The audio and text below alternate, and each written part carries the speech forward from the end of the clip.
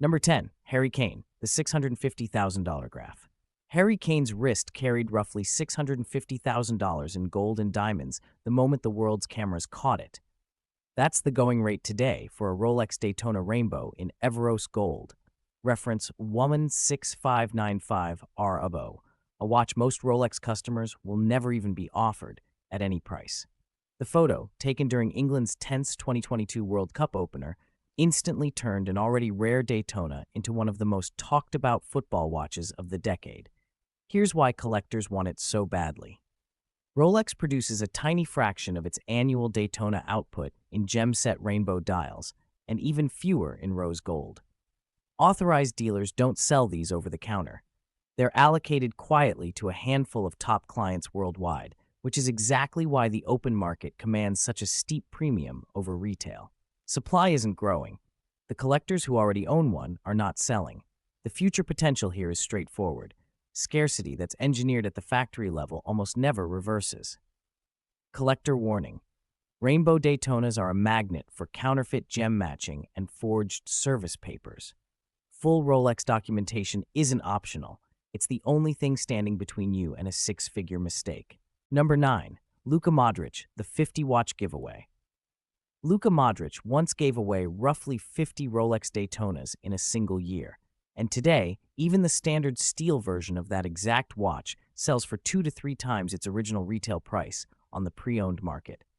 As widely reported in watch collector circles, Modric marked his 2018 season, the year he won the Ballon d'Or, by gifting Daytonas to teammates and staff at Real Madrid. It's the kind of story that turns an ordinary watch reference into football folklore, and folklore moves prices. Beyond that single gesture, Modric's personal rotation includes a Pepsi bezel GMT Master 2 and a Patek Philippe Aquanaut chronograph, reference 5968A, a model that's been quietly climbing in collector demand since Patek discontinued the line entirely. Why collectors want it?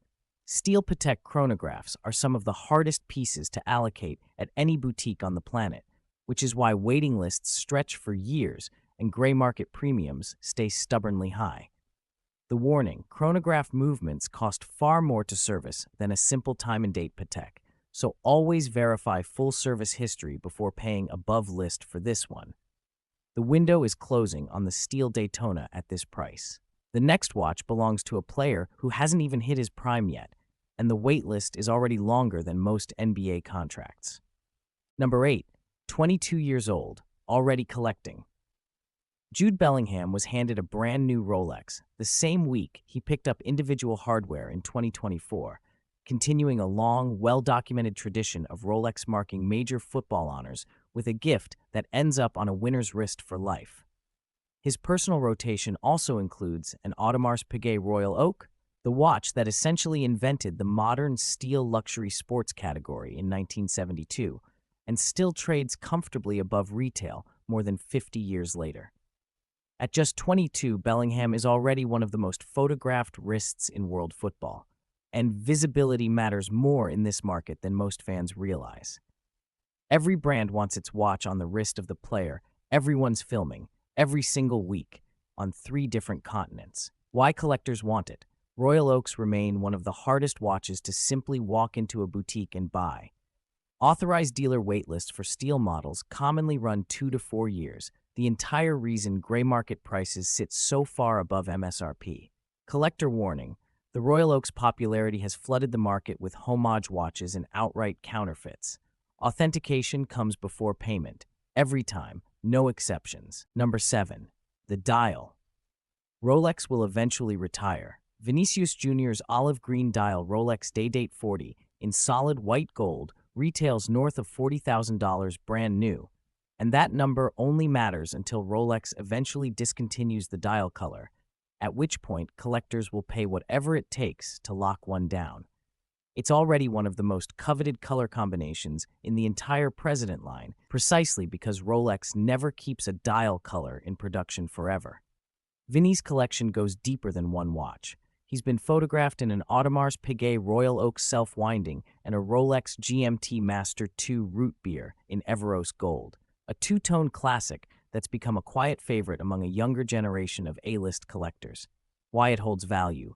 Day dates have never been produced in steel, only gold and platinum, which means every example carries genuine intrinsic metal value as a price floor that most luxury goods simply don't have. Collector warning: solid gold bracelets stretch with daily wear and stretch quietly knocks thousands off resale value.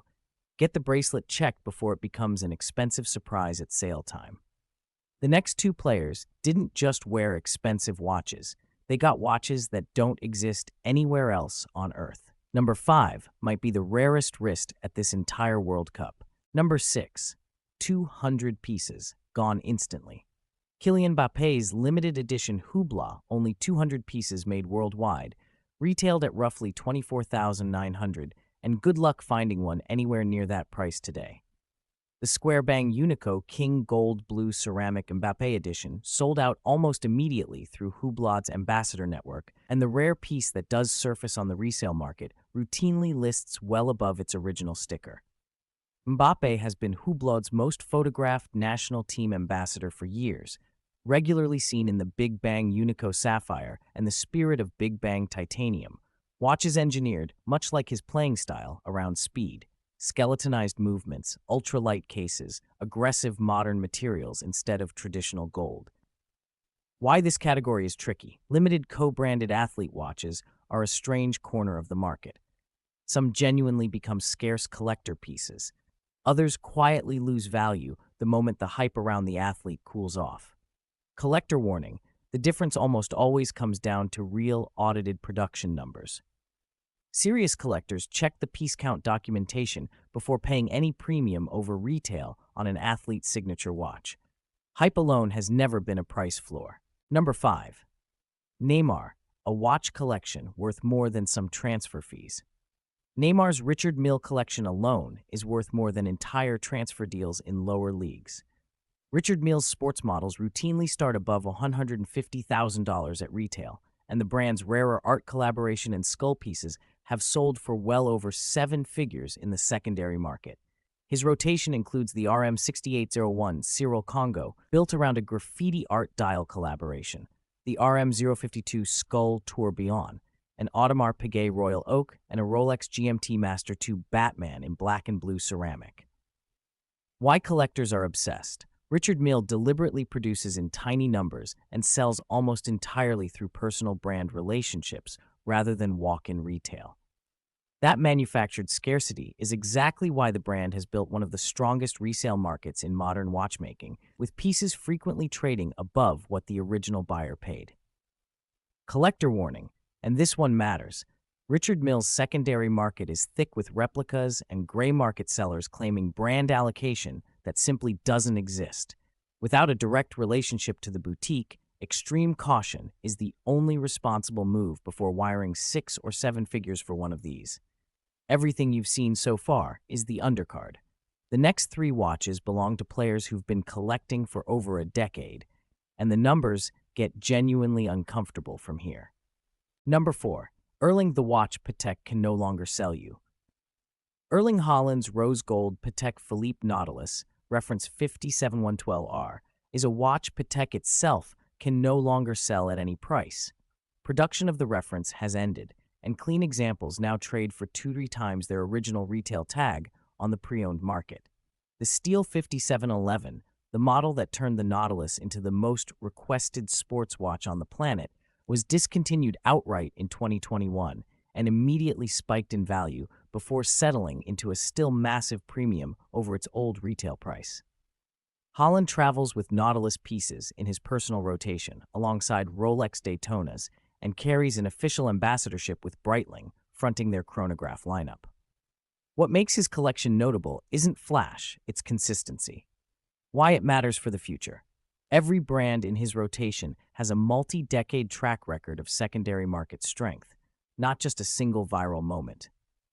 Collector warning, and this is the honest one: Nautilus and Daytona prices have already corrected downward from their 2021 to 2022 peaks. Anyone buying purely because the price only goes up should know this exact market has already proven recently that it can swing both ways. Notice the pattern forming here. Every player so far who already had a watch collection before turning 25 is sitting on pieces that have appreciated, not depreciated. The players who waited are the ones playing catch-up right now, often paying retail plus for watches early collectors locked in years ago at sticker price. Number 3. The quietest collection at the tournament. Lionel Messi's Rolex Day Date, reference 228239, retails around $54,000. And that's the most understated watch in a collection that also includes a stainless steel Rolex Oyster Perpetual 36 with the famously hard-to-find candy pink dial, plus a Patek Philippe Aquanaut, reference FIV167A. None of Messi's watches lean towards spectacle, and that restraint is exactly what collectors keep pointing to. His rotation is built around models brands genuinely struggle to keep in stock, rather than one-off statement pieces. The candy pink Oyster Perpetual is one of the most requested colorways at Rolex boutiques right now, and Rolex's own allocation system means even loyal, long-term clients can wait years for one. Why the future favors this collection? Heading into a record 6th World Cup as arguably the most recognized athlete on the planet, every watch Messi is photographed wearing gets instant global attention, which only tightens an already restricted supply. Collector warning: hard-to-find models like the candy pink dial attract dial swap fraud, where a common steel Oyster Perpetual gets a non-original dial added to fake the rare colorway. Always confirm a Rolex-verified dial before paying any premium. We've saved the 2 biggest numbers for last. Number 2 isn't just a watch, it's an entire watch line built around one footballer.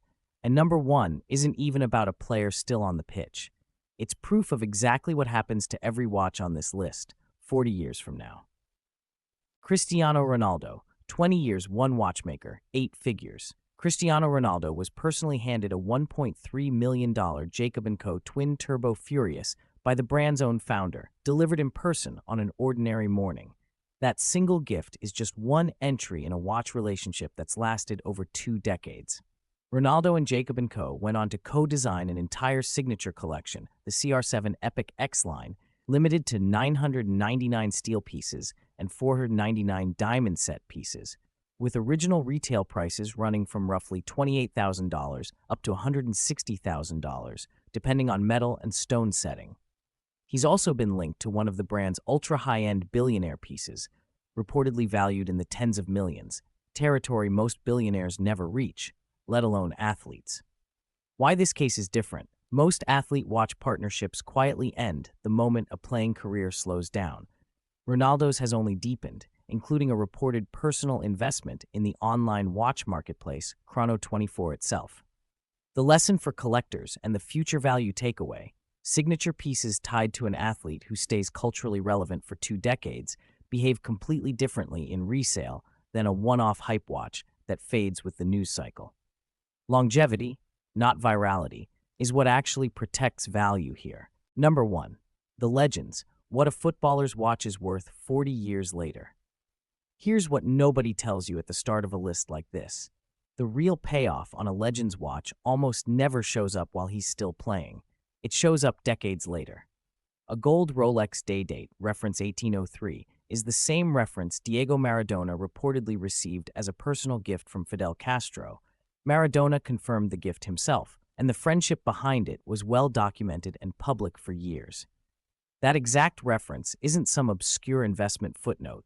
It's the identical model golf legend Jack Nicklaus wore for over 50 years, and when Nicklaus finally consigned his to auction, Phillips hammered it down for $1.22 million in December 2019, purely because the watch carried real, documented history attached to a name the world remembered. Maradona's own Castro watch has never crossed an auction block, and its exact gift year isn't fully documented, so we won't pretend otherwise. But the story doesn't end there.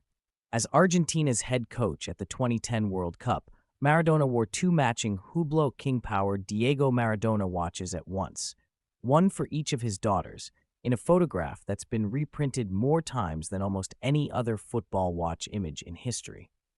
This is the entire thesis of this video. A watch worn by a legend on the biggest stage the sport has, with a real story attached to it, ends up worth exponentially more than the identical watch sitting untouched in a drawer somewhere. Every single player on this list is writing that exact story right now, in real time, in front of a global audience. The only open question left is which of these 10 watches the market will still be talking about 40 years from now.